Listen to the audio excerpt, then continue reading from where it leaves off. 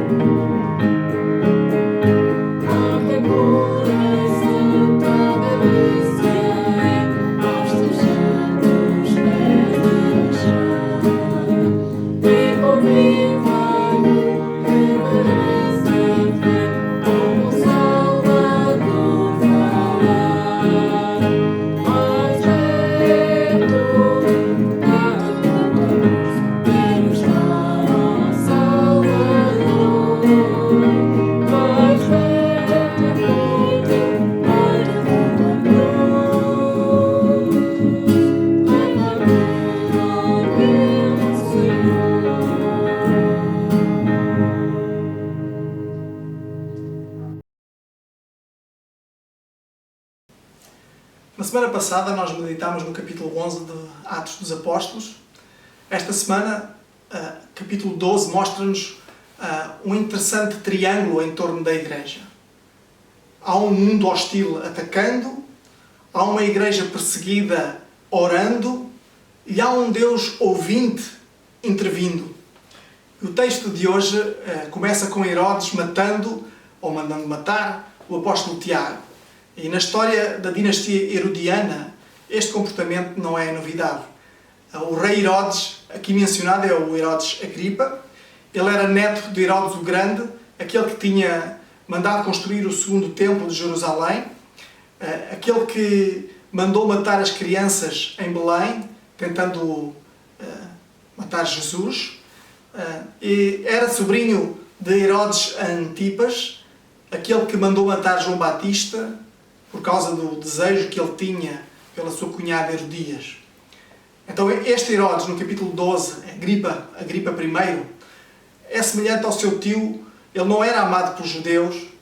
Os judeus viam-no como traidores, por eles não se oporem ao domínio romano. Então, para conquistar a popularidade, ele começou a perseguir os cristãos. Ele sabia que os judeus odiavam os cristãos, então mandou executar o apóstolo Tiago, e os judeus adoraram isto.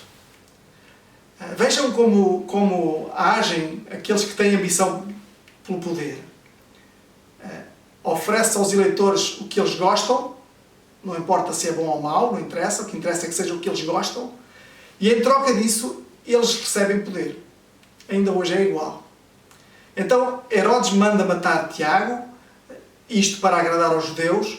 Os judeus aplaudem esta iniciativa, enchem o seu ego, e então Herodes adota esta estratégia que lhe enche dia após dia o seu ego, que alimenta o seu orgulho.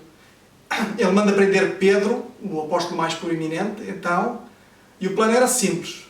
Depois da Páscoa, matá-lo. Então, o povo de Deus começa a orar. Deus ouviu a oração do seu povo, enviou um anjo e as portas da prisão são abertas pela ação do anjo e Pedro é liberto imediatamente. E no final do capítulo nós vemos este Herodes que enchia-se o seu ego com os aplausos dos judeus por perseguir a igreja cristã. Vemos este Herodes a discursar e as pessoas a gritar e a dizerem: tu não és um homem, tu és Deus, tu és um Deus. As tuas palavras não são as palavras de um homem, são as palavras de um Deus. E Herodes aceita este louvor destes judeus e não deu glória a Deus. E o versículo 23 diz que Deus o feriu e imediatamente ele morreu. E uma morte bastante arrepiante, comido de vermes. Vamos ouvir a leitura do capítulo 12. Naquela mesma ocasião, o rei Herodes decidiu maltratar alguns da igreja e matou ao fio da espada Tiago, irmão de João. Vendo que isto agradava os judeus, prosseguiu, mandando prender também Pedro. E aqueles eram os dias dos pães sem fermento. Tendo-o detido, colocou-o na prisão, entregando-o a 4 grupos de 4 soldados cada um para o guardarem. E pretendia apresentá-lo ao povo depois da Páscoa. Pedro estava na prisão, mas a igreja orava a Deus com insistência em seu favor. Quando Herodes estava para apresentá-lo, naquela mesma noite, Pedro estava dormindo entre 2 soldados, algemado com 2 correntes, e as sentinelas guardavam a prisão diante da porta. De repente, veio um anjo do Senhor e uma luz resplandeceu na prisão.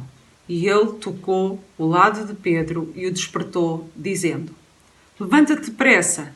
E as algemas caíram dos seus pulsos. E o anjo ainda lhe disse: coloca as tuas roupas, calças e calça as sandálias. E ele assim fez. E disse-lhe mais: põe a tua capa e segue-me. Ao sair, Pedro o seguiu, sem compreender que o que estava acontecendo por meio do anjo era real, pois pensava tratar-se de uma visão. Depois de passar pela primeira e segunda sentinelas, chegaram à porta de ferro que dá para a cidade, que se abriu sozinha para eles. E saindo, desceram uma rua, e logo o anjo se afastou dele. Então, caindo em si, Pedro disse: agora sei que, de facto, o Senhor enviou o seu anjo e me livrou da mão de Herodes e de toda a expectativa do povo judeu. Depois de refletir nessas coisas, dirigiu-se à casa de Maria, mãe de João, também chamado Marcos, onde muitas pessoas estavam reunidas e oravam. Quando ele bateu no portão do pátio, uma criada chamada Rode saiu para atender. Reconhecendo a voz de Pedro, não abriu o portão por causa da alegria, mas, correndo para dentro, anunciou que Pedro estava do lado de fora do portão. E disseram: estás louca? Ela, porém, insistia, mas eles diziam: é o anjo dele. Pedro, porém, continuava a bater. E, quando abriram, eles o viram e ficaram espantados. Mas, acenando-lhes com a mão para que fizessem silêncio, ele lhes contou como o Senhor o havia tirado da prisão e disse: anunciai isso a Tiago e aos irmãos. E, saindo, partiu para outro lugar. Logo que amanheceu, houve grande tumulto entre os soldados, porque o que teria acontecido a Pedro. Eles o procuraram, mas não o encontraram. Então Herodes interrogou as sentinelas e mandou que fossem executadas. E, descendo da Judeia para Cesareia, Herodes ficou ali durante algum tempo. Herodes estava furioso com os habitantes de Tiro e de Sidom, mas estes foram à sua presença de comum acordo depois de conquistar o apoio de Blasto, o camareiro do rei. Eles pediram paz, porque a sua terra dependia do país do rei para abastecer-se. No dia designado, Herodes, vestindo de trajes reais, sentou-se no trono e passou a dirigir-lhes a palavra. E o povo exclamava: É a voz de um Deus e não de um homem. No mesmo instante, o anjo do Senhor o feriu, porque não deu glória a Deus, e, comido por vermes, morreu. Contudo, a palavra de Deus crescia e se multiplicava. E, havendo concluído sua missão, Barnabé e Saulo voltaram de Jerusalém, levando consigo João, também chamado Marcos. Obrigado, Débora, pela tua leitura. Vamos agora orar pedindo ao Senhor que nos abençoe neste tempo. Querido Deus e Pai, nós te adoramos. Queremos dar-te glória, porque só tu és merecedor de toda a glória. Queremos te adorar, porque tu és um Deus santo e perfeito. Te queremos agradecer, porque tu és um Deus presente. Tu ages na nossa história individual, da mesma forma como tu ages na história universal. Tu ages em nós como indivíduos e tu ages em nós como teu povo também. Nós te queremos agradecer por tudo isso. E ao meditarmos na tua palavra, Senhor, nós queremos ouvir a tua voz. Queremos ser tocados por ti, Senhor. E que o teu Santo Espírito nos faça entender a tua vontade para a nossa vida. E que nós possamos, após entendermos essa vontade, darmos passos efetivos de obediência e amor a ti, Senhor. Esta é a nossa oração. Oramos no nome de Jesus. Amém. Pensando neste capítulo 12 de Atos dos Apóstolos, há aqui algumas lições que nós podemos tirar. Uma delas, naturalmente, é a forma como Deus governa todas as coisas do universo. As nossas mentes finitas não conseguem compreender todos os mistérios do nosso Deus. Mas nós podemos ver que o seu agir, que nesse agir de Deus, ele é tanto coletivo como pessoal. Ele age tanto para o coletivo como age para o individual. É também um agir longânimo. E é um agir que nos convida a nos envolvermos com ele no seu agir. Vejam que neste texto Lucas, que escreveu o livro de Atos dos Apóstolos, fala-nos em dois apóstolos, Tiago e Pedro. Herodes decidiu que ambos haveriam de morrer. Um deles morreu, mas o outro milagrosamente é liberto. Um morre e o outro vive. Eu não tenho dúvidas que a Igreja orou pelos dois. E pensando na oração, eu penso na importância da oração na Igreja primitiva. E que tal como era importante na Igreja primitiva, a oração é também importante na Igreja atual. Quando a Igreja é chamada a orar, ela é chamada a se envolver no agir de Deus. No nosso entendimento de qual seja a vontade divina, nós clamamos com o objetivo de glorificarmos o nosso Deus, de obtermos glória para Ele. A nossa oração expressa a Deus o íntimo do nosso coração. A nossa oração reconhece que Deus pode agir, que Deus tem poder para agir e que Ele age segundo a sua vontade. A nossa oração não condiciona o agir de Deus. Ela pede a ação divina para a sua glória e para o nosso bem. E se nós somos mesmo convictos disto, então nós somos perseverantes. E a tua perseverança mostra a tua convicção. Uma igreja que está convicta que Deus age em nós e que coloca em nós desejos divinos, ela faz da oração um alicerce. Reparem no pormenor do versículo 5 e do versículo 12, quando fala que a igreja orava e ela fazia-o junto. E eu pergunto, qual foi a última vez que tu te juntaste com a tua igreja, com os outros, especificamente para orar? Para acertares o teu ritmo de oração e acertares o teu ritmo com os outros, quase como se fôssemos uma orquestra, estares afinada em oração, estares afinado em oração com os outros, em oração perseverante. Se Se tu não tens sentido falta, pede ajuda ao Senhor. É possível que a tua paixão pela missão de Deus neste mundo esteja adormecida. Ou até, quem sabe, penses que Deus não quer que tu te envolvas no seu agir. Não há nada mais falso do que isso. Ele quer que tu te envolvas no seu agir. Ele convida-te a te envolveres. Então, pensando aqui no capítulo 12, nós vemos a igreja a orar por Tiago, por João, por Pedro. No entanto, no plano divino, um morreu e outro viveu. E isto diz que Deus lida separadamente na vida do seu povo. Lida individualmente com cada um das pessoas do seu povo. A vontade de Deus para Pedro foi uma vida longa, uma vida cheia de ministério, e para Tiago foi uma vida curta, a morte ainda jovem. Isto mostra-nos que não importa quanto tempo nós vivemos, mas como vivemos o tempo que Deus nos dá. Então nós perguntamos, porquê é que um vive e outro morre? E a resposta é, nós não sabemos. A vontade soberana de Deus é realmente um mistério. Nós não podemos compreender tudo isso, mas nós devemos confiar.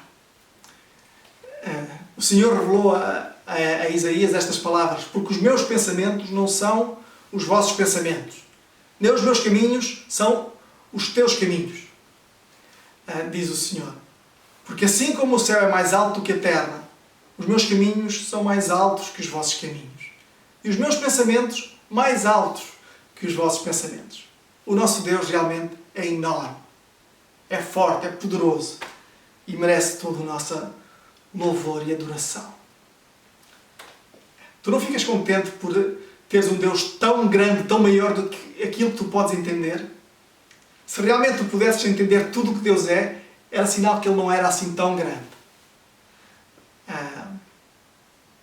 É hora de nós decidirmos aceitar o nosso Deus como Ele é, por quem Ele é, e dizer, eu estou feliz que tu sejas assim.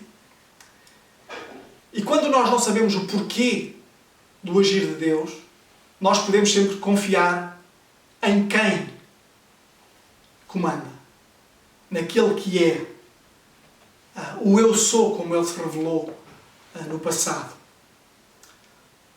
Nós podemos saber pessoalmente que Ele é bom, que Ele é amoroso e que, independentemente das circunstâncias, Ele é perfeito e não comete erros. O agir de Deus, então, é também individual. Para Tiago, revelou-se de uma forma a se agir, para Pedro, de outra forma. Ele age quer na história universal, como um todo, quer na história individual. E isto deve-te fazer lembrar que Deus te conhece a ti na tua especificidade, como pessoa única que és. Ele te conhece e também tu estás incluído no seu agir divino. Por isso, Ele te convida a o conheceres, a conheceres este Deus que te conhece, que te ama, e tu vais descobrir o bom plano dele para a tua vida. E neste agir divino, nós podemos ver como Deus é longânimo. O capítulo 12 mostra-nos isso. Nós podemos ver isso no relato dos acontecimentos sobre Herodes. Deus deixou Herodes percorrer um caminho longo, completamente afastado dele. Mas no fim, Deus avaliou e retribuiu de acordo. Herodes vivia para o seu ego, para o seu orgulho, para os aplausos, para o poder. Mas a Bíblia diz-nos, alerta-nos, que o nosso pecado nos vai atingir. O nosso Deus é um Deus longânimo, tardio em irar-se, mas não tenhamos dúvidas. O nosso pecado nos vai atingir. Paulo escreveu sobre isto a Timóteo, lá na primeira carta, no capítulo 5, versículo 24. Os pecados de alguns homens aparecem antes mesmo de serem julgados, isto é, antes mesmo da morte.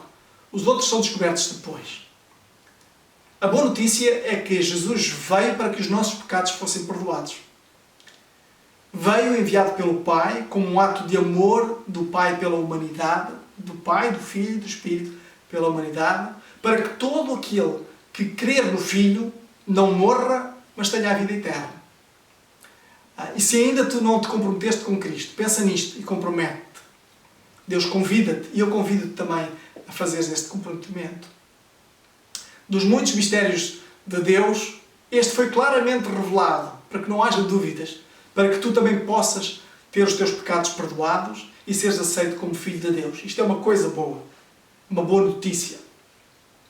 Então o capítulo 12 começa com Herodes governando na sala do trono da Palestina e termina com Herodes sendo julgado pelo Deus Altíssimo, aquele que governa na sala do trono do universo.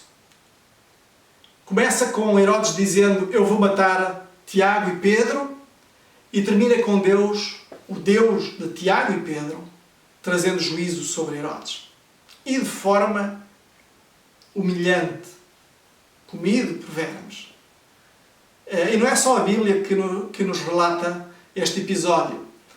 O historiador judeu do primeiro século, Flávio Josefo, escreveu sobre este mesmo assunto. Diz Josefo que Herodes teve 5 dias se contorcendo, gemendo de dor até morrer. O agir de Deus é pessoal, é longânimo, mas é também perfeito e inabalável. No versículo 24 diz que, apesar da morte de Tiago, a palavra de Deus cresceu e se multiplicou. Ninguém pode reter a palavra de Deus. Ela é viva. Ela é eficaz. Deus age por meio dela. Deus diz na sua palavra que fará o que lhe agradará, o que lhe agrada, e cumprirá com êxito o propósito da sua missão. Nem sempre entendemos, mas nós podemos sempre confiar no nosso Deus. Os caminhos de Deus são misteriosos, mas vão sempre resultar em nosso bem e glória dele. Os seus propósitos são perfeitos, são inabaláveis. Há uma música deliciosa que eu gosto muito, do Stênio Márcios, que se chama O Tapeceiro. Eu convido-te a depois verem um vídeo no YouTube desta música. A letra é assim: o grande artista vai fazendo o seu trabalho incansável, paciente no seu tear. Tapeceiro não se engana, sabe o fim desde o começo. Traça voltas, 1000 desvios sem perder o fio. A minha vida é obra de tapeçaria. É tecida de cores alegres e vivas que fazem contraste no meio das cores nubladas e tristes. Se tu olhas do avesso, não imaginas o desfecho. No fim de contas, tudo se explica, tudo se encaixa, tudo coopera para o meu bem. Quando se vê pelo lado certo, muda-se logo a expressão do rosto. Obra de arte para a honra e glória do tapeceiro. Um dia o Senhor nos vai fazer compreender esta sua maravilhosa obra. Até então nós devemos confiar nele. Podemos não gostar quando nós vemos alguns fios escuros aparecerem, mas cada linha tem um propósito maior. E um dia Deus enxugará toda a lágrima. Até lá, temos de confiar. E a boa notícia é que Ele é digno de confiança. Ele é digno de confiança realmente. E olhando para o capítulo 12, nós podemos ver o resultado que sentimos quando confiamos realmente em Jesus. Quando nós fazemos válidas para nós as palavras de Jesus. Quando depositamos a nossa confiança nele. Realmente, quando o Senhor Jesus disse, convidando aqueles que estavam junto dele a ouvi-lo, quando lá registado em Mateus, quando Jesus diz: vinde a mim todos os que estáis cansados e oprimidos, e eu vos aliviarei. Tomai sobre vós o meu jugo e aprendei de mim, que sou manso e humilde de coração, e achareis descanso para a vossa alma. Realmente, Jesus estava a convidar a experimentarmos este descanso, esta paz divina, esta paz preciosa que Ele oferece aos que confiam nele. Então nós lemos aqui no versículo 3 que Pedro é preso. Aquele pescador que se tinha tornado um pregador do Evangelho de Jesus é preso como se fosse o criminoso mais perigoso. Segurança máxima foi o que foi decretado para ele. 16 soldados foram destacados para a sua guarda, grupos de 4 grupos de 4. Ele é acorrentado com 2 algemas, provavelmente acorrentado a 2 deles, como quer dizer, daqui ninguém o tira, daqui ninguém o leva. E o plano de Herodes era claro, era que Pedro fosse morto após a celebração da Páscoa. Teria que ficar ali alguns dias na prisão até terminar a celebração da Páscoa, e durante esse tempo 16 soldados se revezavam em grupos de 4. Daqui ninguém o leva até ele ser executado. Devia pensar Herodes. Pedro estava literalmente no corredor da morte. E Pedro sabia. Eu não sei como é que tu te sentias se estivesses no corredor da morte. O que é que tu farias nessa situação? Amanhã vais ser executado, o que é que tu fazes? Sabes o que é que Pedro fez? Dormiu.